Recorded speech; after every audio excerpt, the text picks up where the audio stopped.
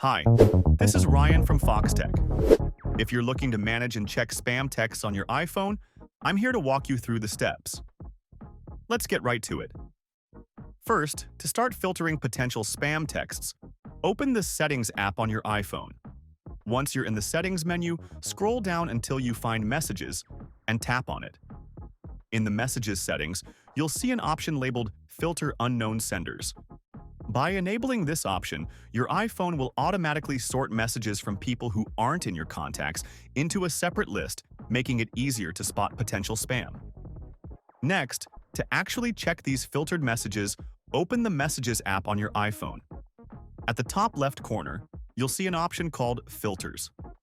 Tap on it, and then select Unknown Senders. This will bring up a list of messages from numbers or contacts that your iPhone doesn't recognize.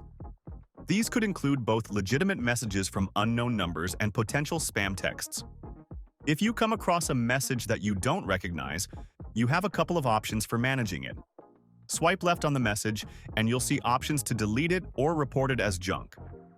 If you choose to report it as junk, your iPhone will send the information to both your carrier and Apple, helping to block that number from sending you future messages.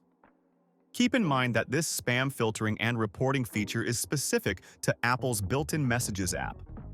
If you're using other messaging apps like WhatsApp or Facebook Messenger, they have their own ways of handling spam, and the process might differ. I hope this helps you keep your iPhone's Messages app free of spam and unwanted texts. If you found this video useful, please like and subscribe to Foxtecc for more tech tips and tutorials. Thanks for watching, and see you guys later.